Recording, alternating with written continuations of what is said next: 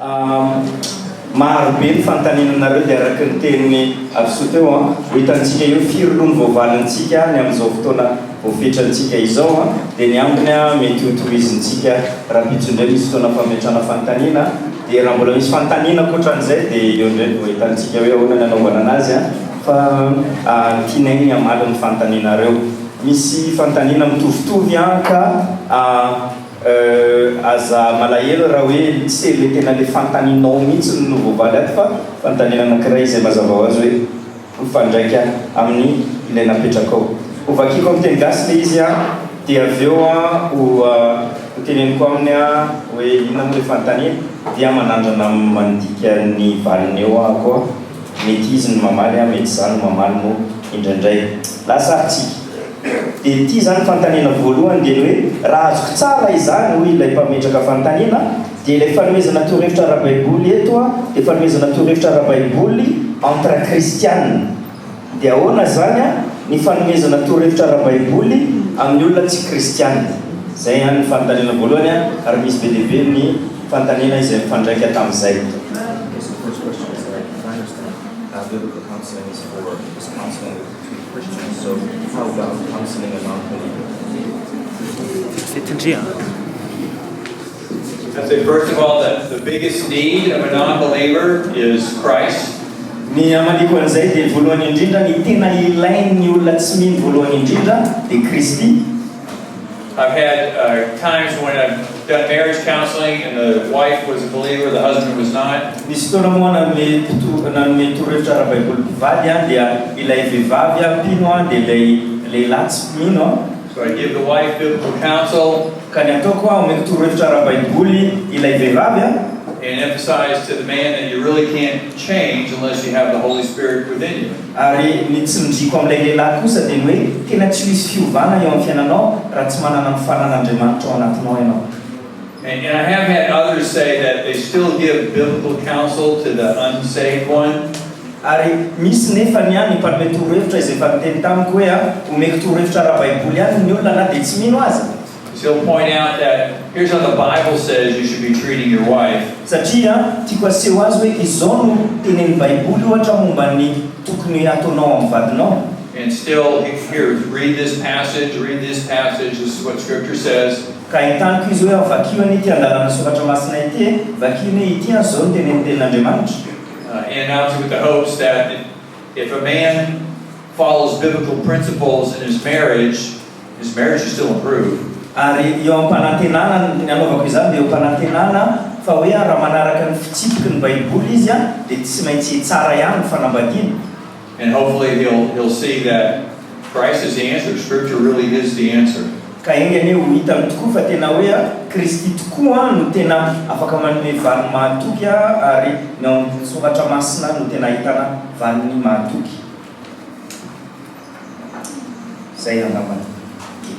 Misy ihany koa zany ty fanontaniana ity zany fa angambany efa voavaly hoe inona ny tsy mampitovy ny filazantsara sy ny fanomezana torohevitra ara-baiboly angambany efa voaresaka teo izay zavatra izay ka tsy hiverenako intsony fa misy an'ity hoe raha misy olona manantona anytany hevitry hoe ahoana hoe misy olona zany manantona ka mangataka torohevitra ara-baiboly ary be dehibe no nametraka amin'ity fanontaniana ity hoe ahoana ny afantarako hoe aiza ho aiza ao anaty baiboly no misy an'le valiny le fanontaniana apetraka.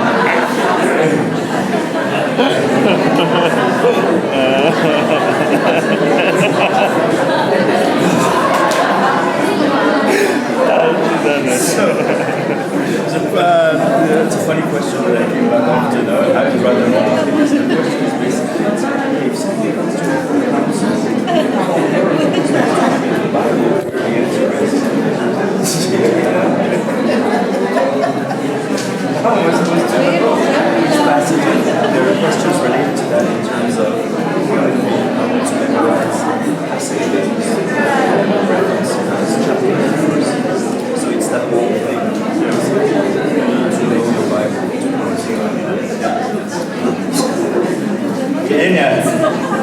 It's easy. Memorize the whole Bible.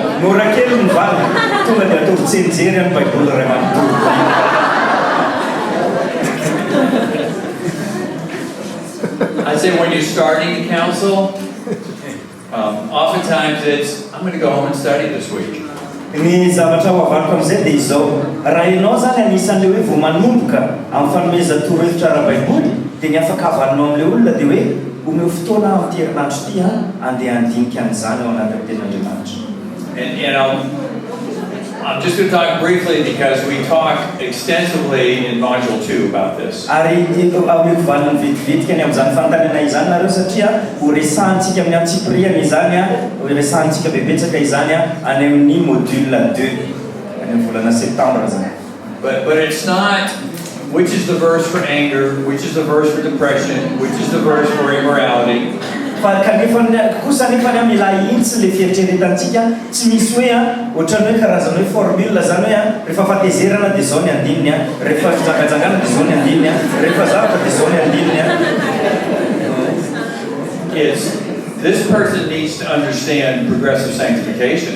Fa ny tena tanjontsika dia hoe mila takatry nyity olona ity ny hevitry nyzany hoe fitombona amin'ny fahamasinana izany. This person needs to understand that God loves us and He provides for us. Mila azon'ity olona ity fa tena tian'Andriamanitra isika ary manome antsika an'izay ilaintsika Andriamanitra ao am'teny. So oftentimes, especially the first time I meet with someone, I don't know what the real problem is. Ary ny mety hitranga izany dia hoe rehefa mihaona amin'ny olona iray isika indrindra amin'ilay fihaonana voalohany iny mety mbola tsy fantatro akory hoe ina moa ilay tena olana fototra amin'ity fiainan'ity olona ity. So all I want to establish is that God has the answers. The Bible, the Scripture has the answer, and we will find it. Fa ny zavatra tiako atao diany voalohany dia ny mametraka an'izao hoe mbola mety tsy fantatro hoe inona ny valy fa azoko antoka fa manana zavatra havaly amin'izany Andriamanitra atao anatin'ny teniny ny valiny ny amin'izany zavatra mahazo anao izany ary araka hitady an'izany valiny izany izy. Then go home and study, and next time say, okay, I think I know, let's study this passage together, and we'll learn as we go. Dia mandeha mody ianao dia avy eo rehefa mihaona manaraka indray dia miteny aminy hoe eny ary hitako misy an'ity andalana soratra masina ity andao miaraka diniantsika le izy dia resahantsika. I will say that the man who taught me how to counsel, Jim Neuheiser, he'll say, how thick is your Bible? When you start to counsel, your Bible is usually pretty thin. And the more you do it, the more you counsel, your Bible gets thicker. Misy an'izao fiteny zao izay nampiasain'ilay Jim Neuheiser izay nampianatra azy ny manome torohevitra ara-baiboly izay miteny hoe rehefa manomboka manome torohevitra ara-baiboly isika dia manify kely ny baibolyntsika. Kan'izao hoe vitsy kely ny aintsika ao anatin'io baiboly io. Fa rehefa mandeha mian-dalana dia matevina le baibolyntsika. Matavy, mahafantatra ny ao anatin'ny baiboly isika izany.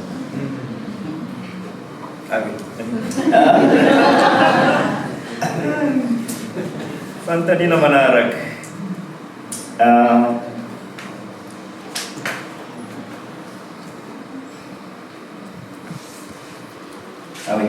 Amin'ny pratika rehefa avy miaina an'ilay olona ary efa confirmé hoe tena mila torohevitra ilay olona. Ahoana izany no atao ampidirana an'ilay torohevitra ara-baiboly satria na izaho aza mahita religiosité fotsiny raha tonga dia verset no tenenina.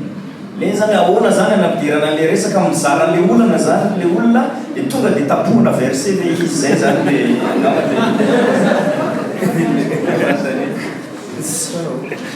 How practically, how does it go in the counseling session? Here's a problem, that needs help, and needs counsel. How do you if you let them just go verse and or just how do you go about dealing with that problem? I know you've kind of already answered. Again, a more detailed answer is coming in Module 2 and Module 3. Ny tena valan'izay fanontaniana izay dia ho hitanareo any amin'ny module 2 sy module 3. So do your project for growth and come back. Koa noho izany ataovy ny entomody dia miverena. But when you understand what the person needs, then we can say, yes, let's open the Scripture. I'll say I was counseling one man who was so afraid of losing his job that he just, when he was home, he was always talking to his boss. He just completely neglected his family because he was just afraid of losing his job. Omikohatra anankiray anareo nefany efa hita moa zany fa manana olana ilay olona dia tsy maintsy isika mitondra azy ny amin'izany hoe fanokafana ny tenin'Andriamanitra izany satria ao ny valany. Fa ty zao misy ohatra anankiray misy an'izao tranga izao misy olona anankiray izay zay tena hoe tena farak' izay natao hatrizy hoe ho very asa. Ka noho izany izy efa tsy mifantoka tamin'ny fianakaviany fa na tonga any an-trano izy dia mbola miantso ny patron foana satria matahotra foana izy zany hoe ho very asa zany. So we first had to establish that was the real issue. It wasn't that he was working too much, it was his fear of losing his job. Ka izay aloha zany no nidingana voalohany tao anatin'izany le tena hoe hamantarana fa hoe ny olana zany dia tsy hoe izy diso miasa loatra hoe miasa foana na dia any an-trano aza fa le tena olana fototra dia le izy le natahotra ny ho very asa. So we go to Matthew chapter 6 verses 23 to 33 about God's provision. He provides for the birds, he provides for the grass. Ka nietiko izy tao amin'ny ten'Andriamanitra ao amin'ny Matio 7:3 ka hatramin'ny 7:30 hoe Andriamanitra no mamatsy, Andriamanitra no manome izay ilainy, izy no manome an'ireo vorona, izy no manome ny amin'ny zavaboary rehetra. That passage is specifically about God providing our physical needs. Then he says, seek first the kingdom of God. Ary izany andalana soratra masina izany dia tena miresaka manokana momba ny hoe fiain'Andriamanitra ny amin'izay ilaintsika amin'ny lafiny ara-nofo, kanefa izy dia miteny antsika nefa ao anatin'izany andalana izany hoe katsao aloha ny fanjakan'Andriamanitra sy ny famaliana. And part of seeking the kingdom of God is fulfilling your biblical responsibilities and being there for your family. Ary anisan'izany hoe fitadiavana n'Andriamanitra, ny fikatsarana n'Andriamanitra sy ny famarinana n'izany ny fanatanterahanao ny andraikitra izay nomen'Andriamanitra ao ny amin'ny fianakavianao sy ny ankonanao. If you lose your job as a result because of an over-demanding boss, God will provide your needs. Raha hoe ianao zany hoe very asa satria diso be fangatahana loatra aminao ilay mpampiasanao matokisa fa Andriamanitra ny anome anao an'izay ilainao izay. Zay zany le izy raha hoe ny amin'le fanontaniana teo dia hoe tsy hoe tapohana verset fotsiny izy fa zay le izy hoe mila entina mandeha ao amin'ny soratra masina izy dia izy ihany mahita fa hoe ao no misy an'ilay valiny amin'ilay olana izay andalovany. Fanontaniana lalina be ny manaraka hoe rovina ho daty amin'ny septambra.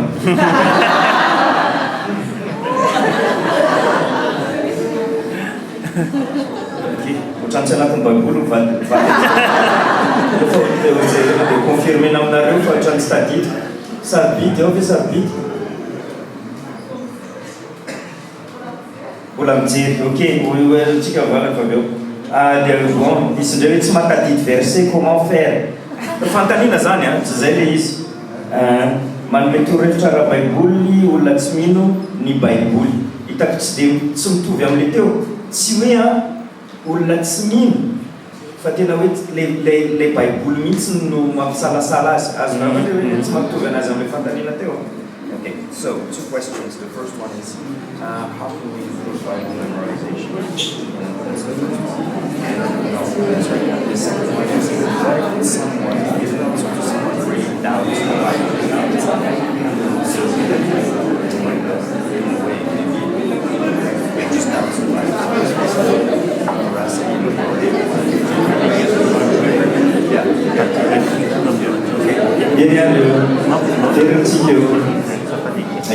Le voalohany aloha le amin'le fahatadiavana ny tenin'Andriamanitra dia tena tsy misy hoe tsisy hoe fanafody azy hoanina indray mandeha dia tonga dia lasa hoe mahay izy io fa zao angamba ny zavatra vitsivitsy.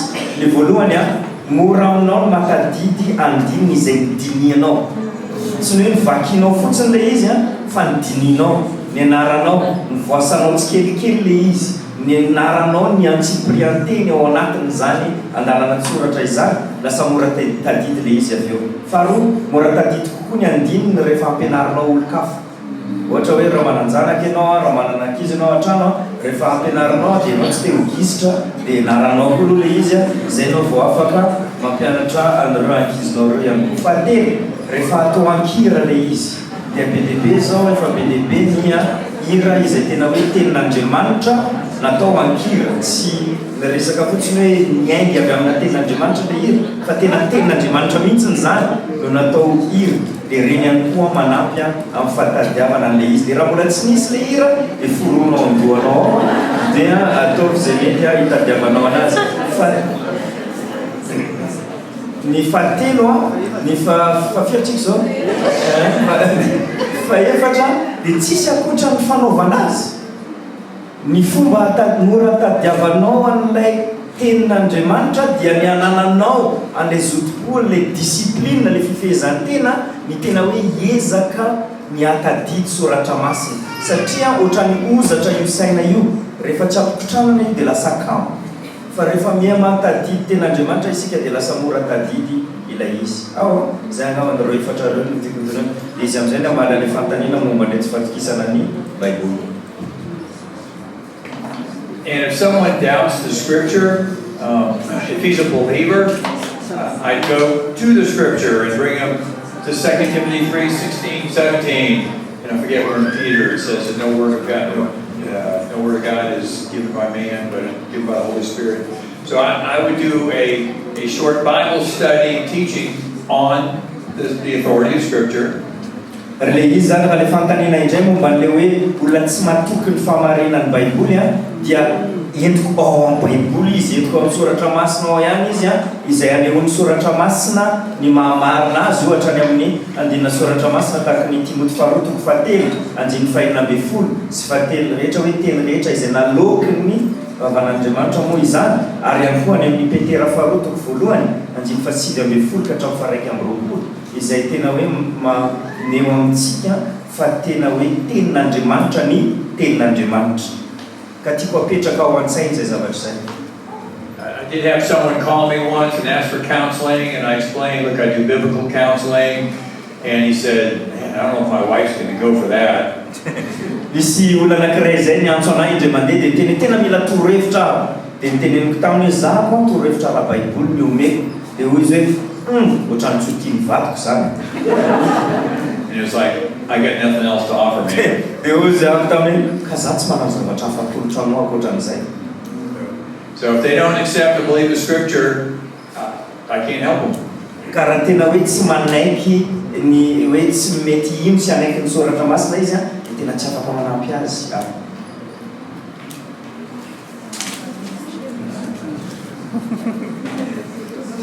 Tsy milahatra ntsony le fanontaniana zao latsaka le izy. Ok, merci. Misy ve ny zavatra mila fehezina mialohan'ny manome torohevitra ara Baiboly ohatra ny théologie systématique ny famakiana ny Baiboly hatramin'ny voalohany ka hatramin'ny farany misy ve zay misy zavatra tokony fehezina ve hono zany alohan'ny hanomezana torohevitra ara Baiboly zay le fanontaniana. So, are there things that you must have mastery of before you start giving counsel? For instance, do you have to know systematic theology? Do you have to have read the Bible from start to finish? Are there things that you should have already mastered before you start giving counsel? I would say that there's nothing you have to have mastered, but you want to grow in all those areas. Ny angamba ny amaliko an'izay dia ny hoe tsy hoe misy zavatra izay hoe tena efa hoe voafehinao tanteraka fa tena mila ho hita fa mitombo ianao amin'ny fahalalànao an'ireny zavatra samihafa ireny. Because I want to emphasize, you don't have to have all the answers when you're meeting with that person. Satria araka ny efa nitsindriko ary mbola tiako tsindrina indray mandeha tsy voatery ianao efa manana ny valiny rehetra rehefa voamivory voalohany amin'ilay olona ianao. I met with one lady who was having these compulsive thoughts that kept coming in her mind that she was stupid and she couldn't play the piano and she couldn't do anything with her fingers. Ny mandeha moa zaho dia niona tamina vehivavy anankiray zay ohatrany misy fieritreretana manery anazy tonga lava ao an-tsainy ao izay hoe milaza aminy fa hoe izy dia tsy afaka manao ninina amin'ny tanany tsy afaka mampiasa ny tanany tsy hay hanao piano mihitsiny. She was a godly young woman, a pastor's daughter, knew the scripture, the church pianist, Izany nefa izy zany a dia vehivavy izay tena hoe a zanaka pastera manana an'Andriamanitra, matahotra an'Andriamanitra, manana toe-panaraka an'Andriamanitra, izy no mpanao piano am-piangonana. So we talked for about 30 minutes, and I finally said, I don't know where to go. Ary niresaka zay nandritry ny atsasakadiny dia toerana atsasakadiny dia niteneniko tany hoe tena tsy haiko izay ho ale anampinanao. So let's pray for a little while, and then I'm going to go home and study, and we'll meet next week. Ka niteny taminy aho hoe andao aloha sika hivavaka dia andeha hody ahako andeha handinika ny tenin'Andriamanitra dia mihaona indray isika amin'ny herinandro ambony. So I went home, read a book, studied the scriptures, and then came back and said, okay, I think I know what to do. Ary nataoko dia nandeha nody koa ako dia namaky boky miresaka momba ireny dia nandinika ny tenin'Andriamanitra dia rehefa niverina dia teny hoe okay, efa haiko amin'izay zao izay tokony atao.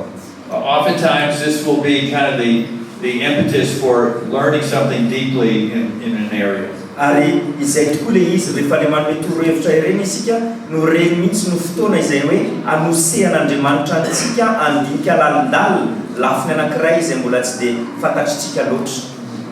And I've also called other more experienced counselors and said, I don't know what to do. You know, where would you go with this? And we get counsel from other counselors and we go. Ary ny azo atao ihany koa dia ny amin'ireny fotoana ireny dia miantso anareo mpanome torohevitra izay efa bebe traikefa no ny tena ka mangataka aminy tena tsy haiko izay ho atao amin'izao zavatra mitranga izao inona no torohevitra omenao afaka manome torohevitra ny hafa. Zay namana. Okay. Fanontaniana manaraka dia hoe afaka ampiarina amin'ny toe-javatra tsy hainanao ve ny biblical counseling. Azonao ve ny fanontaniana? Could you give counsel to someone undergoing something you didn't undergo yourself? Yeah, I would say you don't have to experience what the other person experienced to point them to Christ.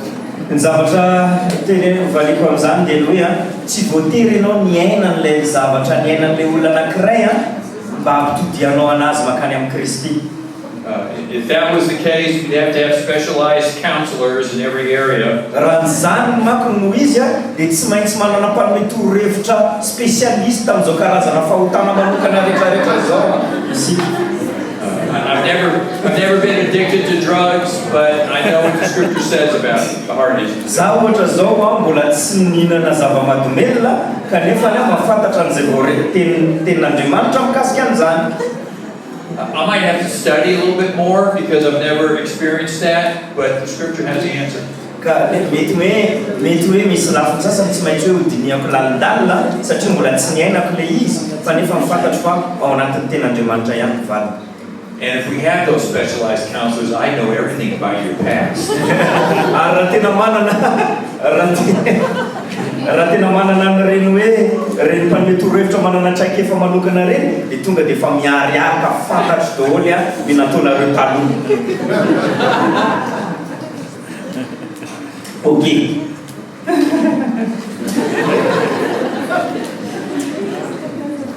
Mariana lasa mifangaro le fanontaniana fa Mariana miangavy re raha azo atao dia fanontaniana momba ny fanomezana torohevitra ara-baiboly no apetraka azafady fa tena lasa lavitra ny fanontaniana sasany ato tena tsisy idirany amin'ny fanomezana torohevitra ara-baiboly mihitsy nilay fanontaniana sasany ato aloha tsy hanonan'le izy fa lasa dia manao fotoanan'le olona nametraka azy ao fa ty anankiray ty aloha tsy maintsy ho apetrako tsy apetrako noho izay antony izay noho ny antony arakasa androany sisa no afaka manatrika. Okay, misy fomba azona ny audio ve eny misy enregistrement izay atao dia ho any amin'ny YouTube daholo ny fampianarana izay atao eto. Misy sasany aminareo aza no ny asa manaraka any amin'ny YouTube fa miangavy aminareo zay hoe raha azo atao an'izay daholo le izy hoe tena hoe tsy afaka foana zany nareo mandritry module 4 dia amin'ny farany hoe aiza ny diplômako any fa hoe raha sendra misy zavatra tena hoe tsy azo anoarana dia tsy maninona izay zavatra izay.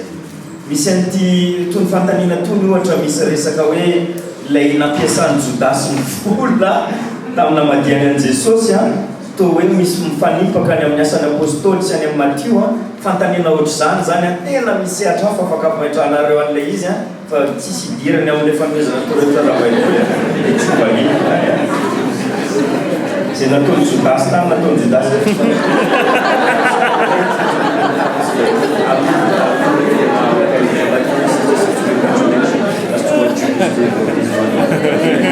buy a land or you just throw it in the temple. Okay? I just told that what Judas did. Okay?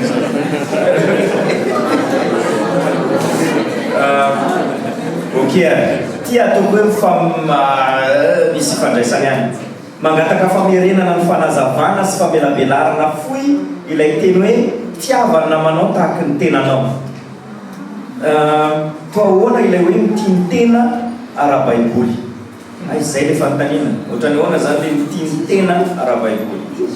So I want to pay attention to what it says about love your neighbor as yourself. What is self-love? As yourself. As yourself. How does it look like to love yourself according to the Bible? The Bible assumes you already love yourself. Ny ao amin'ny ten'Andriamanitra dia efa mametraka fa ianao dia efa tia ny tenanao. That's why there's all the admonitions to look at others' interests is more important than yourself. Zany mahatonga ny hoe ny baiko sy ny hoe fampirisihana betsaka misy ao anatin'ny ten'Andriamanitra dia ny ampitodika antsika ho tia ny hafa, hijery ny hafa ambony ny tenantsika, alohan'ny tenantsika. In Ephesians 5, Paul tells husbands that they should care for their wives, they would for their own selves. Ao amin'ny Efesiana 5 dia miteny ten'Andriamanitra fa ny lehilahy dia tokony hikolokolo ny vadiny tahaka ny kolokolo ny tenany ihany. So we could look through all sorts of examples, but the assumption is you already love yourself and you do it too much.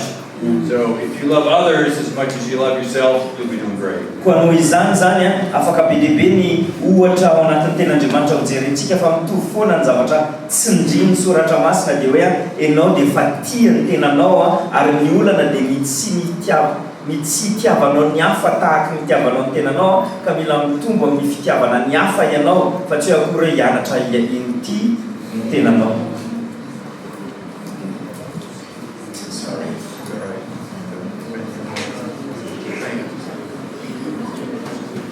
Okay.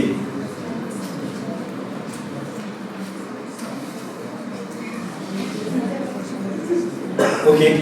Tiako tsisy idiry. Zay mahatonga anako misalasala maka izy. Aloha le faharoa ihany no apetraka fa le voalohany aloha vakika le voalohany dia tonga dia valio dia vita. Ahoana ilay hoe entina eo anivon'ny fiangonana ilay olona tsy mety miova. Tenenina amin'ny pastera ve sa eo anatrehan'ny olona rehetra ao am-piangonana? Eo anatrehan'ny olona rehetra ao am-piangonana. Okay? Zay le dingana fahatelo zay. Le dingana faharoa Matthieu 7:20 resantsika eo Matthieu 7:20 andiny fahadimy ka hatramin'ny fahavalo 20. Ny andiny fahadimy hoe olona anankiray manantona le olona manota anankiray. Ny andiny fahenina dia hoe olona roa na telo ary mety ao anisan'izany pastera no manantona le olona manota. Fa ny dingana fahatelo dia tena resahina eo anivon'ny fiangonana iray manontolo ilay izy ary ny antony anaovana an'izany dia tsy hoe ny ampitombo ny resadresaka amin'ny sisiny ao am-piangonana fa ny anentanana ny fiangonana iray manontolo resaka amin'ny olona iray io hitoma azy amin'ny fibebahana. Ny fanontaniana faharoa dia hoe izaho ve no manao premier pas amin'ny olona hitako manana olana fa tsy mangataka torohevitra amiko. Fa azoko azy dia zay hoe hitako zany tena ohatrany be problème io olona io fa izy zany tsy manantona dia za ve zany manantona azy miteny amin'ny be problème ianao fa aloha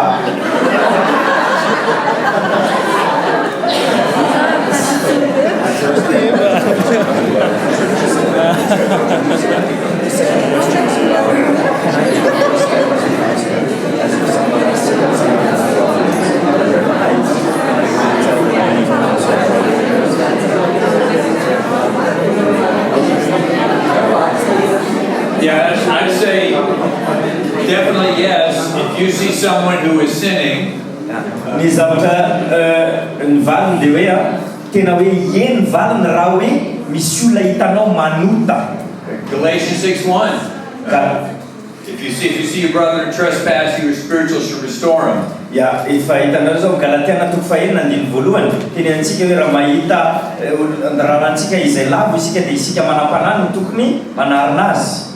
Matthew 18, the first step is to go one-on-one. Matthieu 7:5 njingana voalohany dia ny manantona miresaka aminy manokana. And James 5 says something similar. I have to look it up, but that you see someone and you restore him, then you've been loving to him. Ary zay ihany koa tenena amin'ny Jakoba 5:5 fa raha hoe raha mahita olona anankiray ianao izay lava anatin'ny fahotana ka manarina azy dia manao izay tokony ataonao ianao amin'izay. Zay zany. Dia hoe raha manota zany ilay olona zay no hoe no antony izy. Ya, amin'ny dimy zao ampiana ray sa oka zay?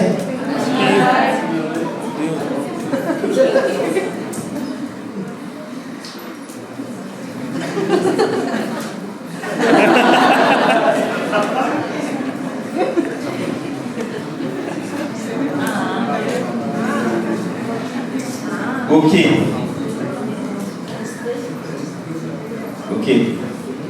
Resaka an'ilay manantona an'ilay manota ihany zany tia mitohy an'ilay fanontaniana teo ihany fa amin'ny lafiny anankiray hafa indray. Inona no tokony atao? Misy couple iray manota amin'ny vadiny ny lehilahy. Iza no tokony atony? Ilay vehivavy ve satria tokantranon'izy ireo ary ilay vehivavy no nanotan'ilay rangahy ka tokony izy roa no mandamina voalohany sa ve ilay nanota no tokony antony?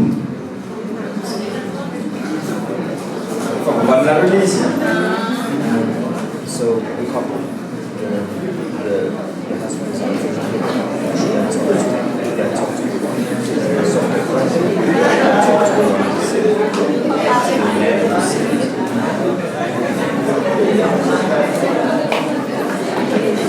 We should always approach the one who sinned first. Now, the wife may also need some counsel, especially if he's unrepentant. Fa mety mila torohevitra ihany koa raha baiboly koa ilay vehivavy indrindra raha tsy mety mibebaka ilay lehilahy.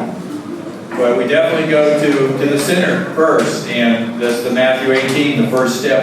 Fa ilay mpanota foana no antonona voalohany zay nitantsika teo Matthieu 7:10 teo. Oh, reto. Inona no tokony atao amin'ny olona kamo hivavaka?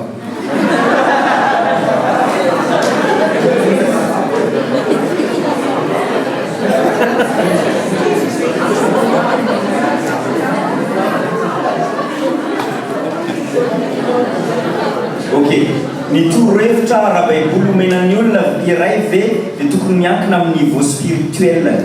Misy zavatra tsy mbola tena ambara ve ny amin'ny tenin'Andriamanitra raha toka mbola tsy antompo izy satria mety tsy ho azo. Itapany faharoa iny angambany efa novanitsika zany le am'le hoe raha le olona tsy mino dia filazantsara no ilay voalohany indrindra raha tsy manana ny fanan'Andriamanitra izy tsy afaka hiova araky ny tsipiny baiboly. Fa ilay fanontaniana voalohany ilay fanontaniana no hovalintsika ary zay ny fanontaniana farany any ho any androany. So these are the biblical counsel that we give is according to the spiritual, based on the spiritual maturity of the person that we're counseling. Is it based on that person's, spiritual maturity, like Bible, I don't know, knowledge, or I would say it's based on what they need to understand. Tsy tokony izay no hitondrantsika azy fa hoe ny torohevitra izay omentsika dia arakaraky izay mila azo. It might be that you need to start with what salvation is and justification. Ary mety hoe mila manomboka any amin'ny fotony mihitsy ianao ka manazava hoe inona ny atao hoe famonjena, inona ny atao hoe fanamarinana. So I've counseled people where I explain to them the fatherhood of God, or certainly sanctification. Ny misy fotoana moa manome torohevitra olona dia manazava amin'izy ireo ny ray an'Andriamanitra ilay hoe ray antsika an'Andriamanitra na manazava an'izany hoe fanamasinana izany. And I've counseled pastors where perhaps they know it, but perhaps a reminder of God's sovereignty and how that applies to their situation. Ary indraindray ahako nefa ny manome torohevitra ara-baiboly pastery izay mety hoe efa fantany ilay tenin'Andriamanitra fa mila ampatsiahiva anazy ohatra momba ny mamasy mandidy an'Andriamanitra ohatra sy ny fampiarana an'izany amin'ilay zavatra andalovany io pastera io manokana. So you'll have people who know lots of theology, they're just not applying it at the moment. They need someone to remind them and help them in that way. Koa mety misy zany hoe misy olona izay tena mafantatra be dehibe zavatra be dehibe momba ny teolojia, manana fahalalana teolojika be dehibe izy fa tsy mampiatra izany amin'ilay fiainany manokana amin'iny fotoana iny noho ny antony samihafa ka mila olona hafa izy mampatsiahy azy an'ilay efa fantany momba ny teolojia. And we've had others that after we get through the basic issue, it's time for a fundamentals of the faith course, and we go through that with them. Ary indraindray aza dia misy olona sasany indray izay hoe omena torohevitra ara-baiboly izy dia voavahy iny olona manokana izay natrehany iny kanefa tsapa fa hoe ny ilainy zao dia ny mamerina ny fotom-pinoana, mamerina manao mampianatra azy ny fotom-pinoana kristianina ka tena omena fampianarana momba an'izany izy. Even young teenagers can understand biblical truth. It's just a matter of what truth do they need. Na dia ny zatovo na ny tanora dia tena afaka matakatra ny famarinan'ny baiboly fa ny mila arosontsika dia ilay famarinana izay ilainy eo amin'ny fiainany amin'ny fotoana iny manokana. Eny ary angambany afaka tiavantsika daolina so